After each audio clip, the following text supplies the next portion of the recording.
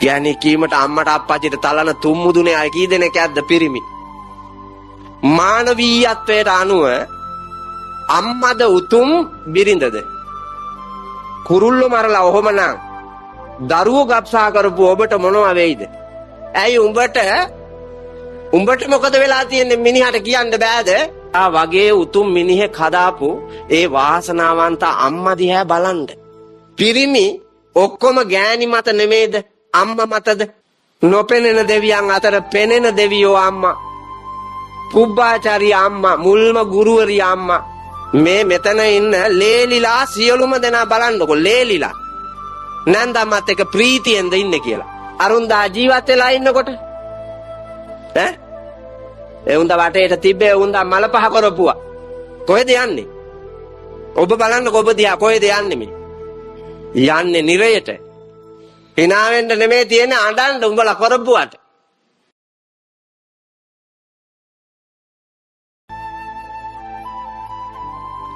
රුවල් නැවකින් රටකින් රටකට යද්දී රුවල් නැව බිඳෙනවා කුණාටුවකින්.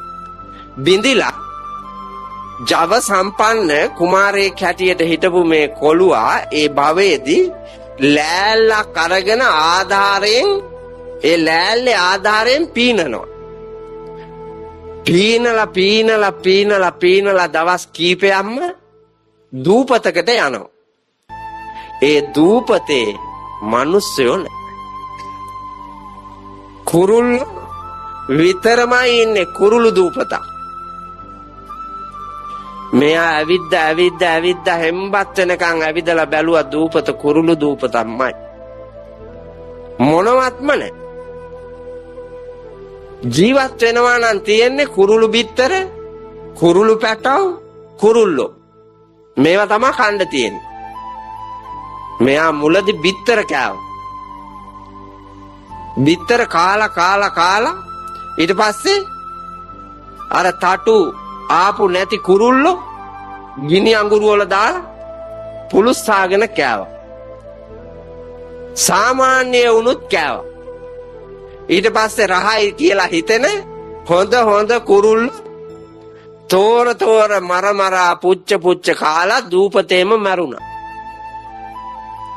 මරණ මංචකයේදී තමන් කරපු මේ ප්‍රාණඝාත දැකම මරණයට ගියපු කුමාරයා ඒ චුති සිතට අනුව සංසාර ගමනේ ඉපදෙනවා, පිච්චෙනවා, මැරෙනවා.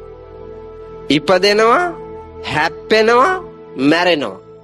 ඉපදෙනවා, ගල් පරවලින් වැටෙනවා, පොඩි වෙනවා, මැරෙනවා. ඉපදෙනවා, වසවිස ශරීරගත වෙනවා, මැරෙනවා. ඉපදෙනවා, කර්ම රෝග ඇතුව උපදිනවා. කොච්චර බෙහෙත් කළත් හොඳ වෙන්නේ නැහැ, මැරිලා යනවා. ඉපදෙනවා, අංග විකලයි, දුර්වර්ණයි, මන්ද බුද්ධිකයි. මෙහෙම සසරේ විපාක දීලා අන්තිම භවය මේ පාපය ගෙවෙන අන්තිම භවය. රාජකීය සැප විඳින්න පවුලක රූමත්ව ඉපදිලා. හැබැයි දරු සම්පත් නැහැ. හිතට දුක හිතන්න නැතුව ඔබ දිහා බලන්න. ඔබ ඔබේ පවුල පඳුර දිහා බලන්න. ඔබ ඔබේ ගම දිහා බලන්න. ඔබට මෙහෙම අය පේනවා. මෙහෙම අය ඔබට පේනවා. ඒකට කම්පා වෙන්න එපා. ඒකට කම්පා වෙලා වැඩක් නැහැ. ඒකට වෛර කරලා වැඩක් නැහැ.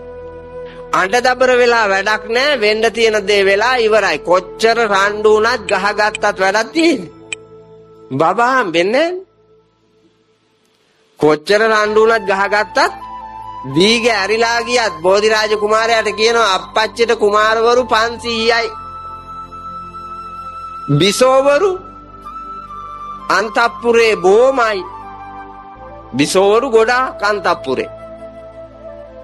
ඔබද අන්තපුරේට 500ක් බිසෝවරු ගෙනාවත් ඔබට දරුඵල හිමි ඒ බිසෝවරු 500ෙන්ම එක දරුඵලයක් ඔබට ලැබෙන්නේ නැහැ. ඇයි? ඔබටයි අහිමි දරුඵල. දරුඵල අහිමි කාටද? බෝධිරාජ කුමාරයාට.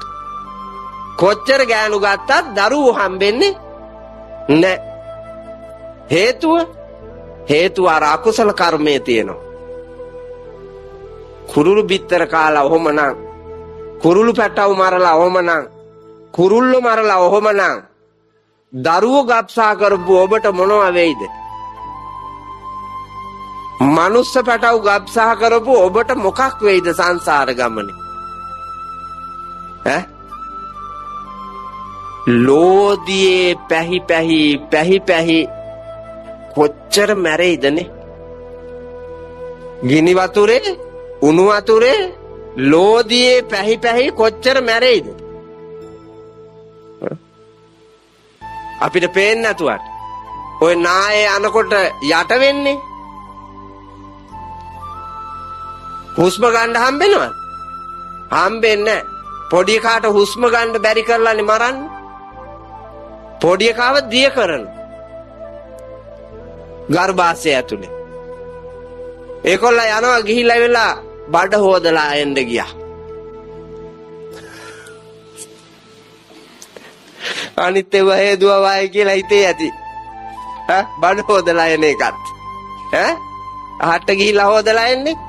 ඒ වගේ කියලා හිතුවද? නෑ. මේක එහෙම නෑ. ඒ හොදලා ආපු අය තමාර හේදිලා යන්නේ. ඒ හොදපු අය තමාර හේදිලා යන්නේ සංසාර ගමනේ. ඔය එකපාරක්. තව කී පාරක් හේදෙයිද? කළ කර්මය ගැලවෙන්න බෑ හඳුන්. රහත් උනත් බුදු උනත් පටිසන්ධෙනවා. මුගලන් මහරහතන් වහන්සේට අර්ධිමතුන් අතර අග්‍රයි. හොරු අල්ලගෙන ගහලා අතපය කඩලා ඇටකටු කුඩු කරලා තලලනේ පිරිනිවන් පෑවේ. අකුසලේ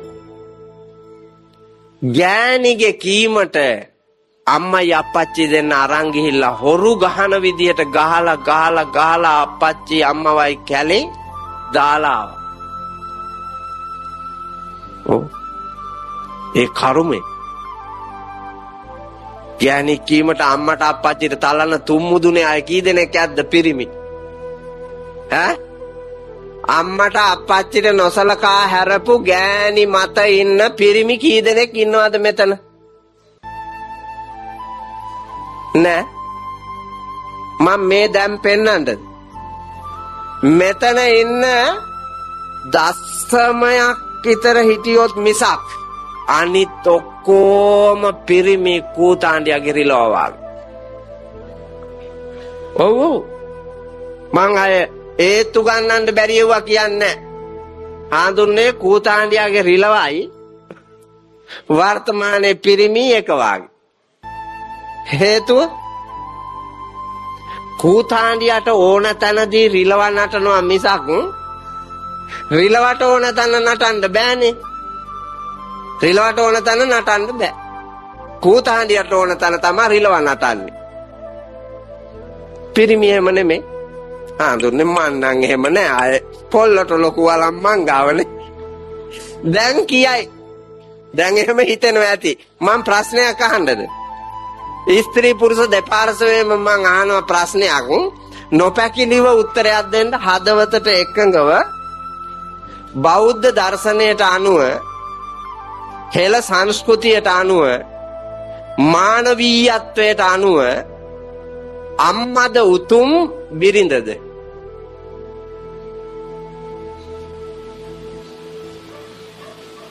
මොකද කියන්නේ?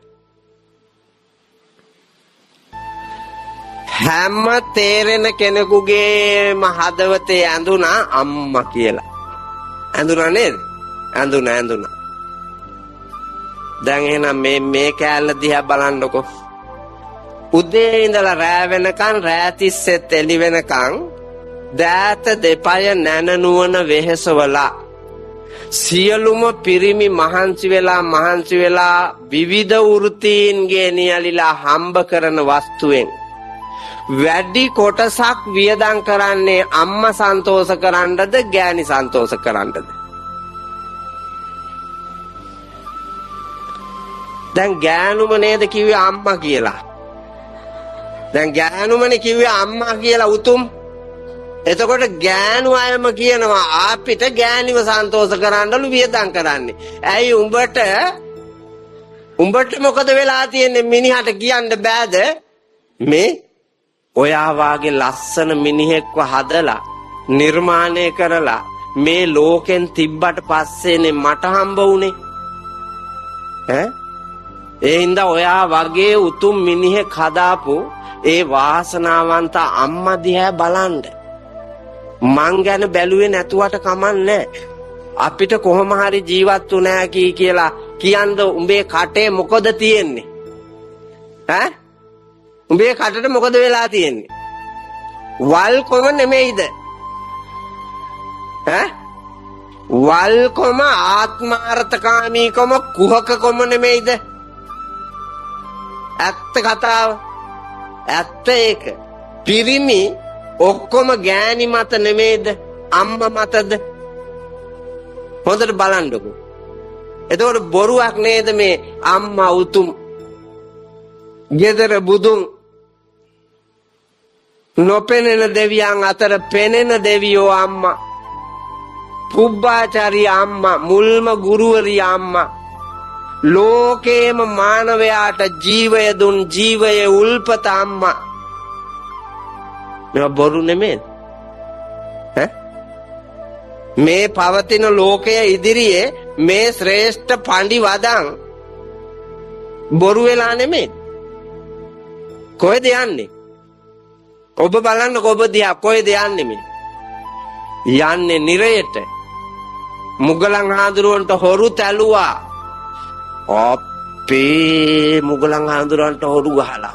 ඇයි අම්මයි තාත්තයි දෙන්නට කරපුවා. කරන්න දෙයක් නැහැ. ඉතින් රහත් උනත් අය අම්මයි තාත්තයි දෙන්නට තැළුවා නම් ඔය බන මඩුවේ කියනවා. එහෙම කියලා ගිහින් තලනවා. මේ මෙතන ඉන්න ලේලිලා සියලුම දෙනා බලන්නකො ලේලිලා නන්දම්මත් එක ප්‍රීතියෙන්ද ඉන්නේ කියලා. නන්දම්මලා බලන්නකො ලේලිත් එක ප්‍රීතියෙන්ද කියලා. පිරිමි ඔක්කොම බලන්නකො තමුන්ගේ ගෑණි අම්මයි දෙන්න ප්‍රීතියෙන්ද කියලා. ඇත්ත ඒක බොරු මායම්. මං කිව්වේ අර රෙද්ද ඇතුලේ ඉඳගෙන රංගපානවා කියලා. රෙද්ද ඇතුලේ ඉඳගෙන රංගපානවා. සම්භාවනීය ලෝකේ අම්මට උපස්ථාන කරන තාත්තට උපස්ථාන කරන ශ්‍රේෂ්ඨම මිනිහා මං. මලගෙදර දවසේ එක ප්‍රාතිහාර්ය පාලා පෙන්නනවා. මැරිච්ච ලොක්කාගේ පෙට්ටියට මේ පැත්තේ පෑන් එකයි මේ පැත්තේ පෑන් එකයි අර පැත්තෙන් පෑන් එකයි පිටිපස්සෙන් පෑන් එකයි පෑන් 4යි. ජීවත් වෙලා ඉන්නකොට එකක්වත් නෑ. මරුණට පස්සේ පෙට්ටියේ මල් මාල වටේටම මේ බලාපන් මල් බුකි. මේ බලාපන් මල් බුකි. මේ වගේම මන් දැකලා තියෙන හඳුන්නේ මලකෙවල් වල මැරිච්ච ලොක්කා ළඟ මැරිච්ච ලොක්කි ළඟ මේ වාගේ මල් බුකි. අරුන්දා ජීවත් වෙලා ඉන්නකොට ඒ උන්දා වටේට තිබ්බේ උන්දා මල පහ කරපුවා. ඒ උන්දාගේ අපිරිසිදු රෙදි කෑලි තිබ්බද බුකි? බුකි තිබ්බේ නෑ. හිනහ වෙන තොපේ කට උලන්න ඕනේ පොළොවේ. ඔව් හිනා වෙන්න නෙමෙයි තියෙන්නේ අඬන්න උඹලා කරපුවට. බොරුවට මල ගෙදරට ඇවිල්ලා නිකටට අත ගහගෙන හූල්ලා වැටි රංගපෑවාට අඬ ඇත්තටම සැලකුවද බලපන්. ඇත්තටම සැලකුවද? සැලකුවේ නෑ. ඇත්ත කතාව ඒක. බොරුවට ලෝකෙට පේන්න අර වාගේ රංගනයක් පානවා. කොයිද මේ යන්නේ? නිවනට මේ සද්ධර්ම දේශනාවට අනුව ලෞතර තථාගත බුදුරජාණන් වහන්සේගේ දර්ශනයට අනුව ගමන් කරනවද අපි? නෑ. බෝසතාණන් වහන්සේ අම්මාව කරේ තියාගෙන 7 දවසක් මහසાગරේ පීනුවා කියලා කියනකොට සාදු සාදු සාදු කියන මෙවුන්දලා මෞකම දැකලාද? මෞකම දැකලාද? ඒ මෞකමේ වටිනාකම දරුවන්ට දැනෙන්න මෞකම තියෙන්න ඕන. එහෙම නැතුව බොරුවට මූණිච්චාවට මං අම්මා කිව්වාට වැඩක් නැහැ. අම්මට තලන එකෙක් නම් හදලා ඉන්නේ. අප්පට තලන එකෙක් නම් හදලා ඉන්නේ. අම්මට අප්පට අඩංගු නැති අවජාතකයෙක් නම් ඉන්නේ. මොකටද මෞකම? වැඩක් නැහැ. බිම්බිසාර මහරජුරුවන්ගේ පුත්‍රයාට බුදුරජාණන් වහන්සේ අනුදැන වදාලා අතීතයට සාප කරන්න එපා. අතීතයට සාප කරන්න එපා. ඉන්න තැනින් පටන් ගන්න කිව්වා. අපිට වැරදිලා තියෙන්න පුළුවන්. අපි නොමග ගිහිල්ලා ඉන්න පුළුවන්. හැබැයි අපි ආපහු අර නොමග ගිය තැනට යන්න බෑනේ හදන්න. වැරදිච්ච තැනට ගිහිල්ලා හදන්න බෑනේ. ඔබ හැදෙනවා නම් ඔය ඉන්න තැනින්නේ හදන්න ඕනේ.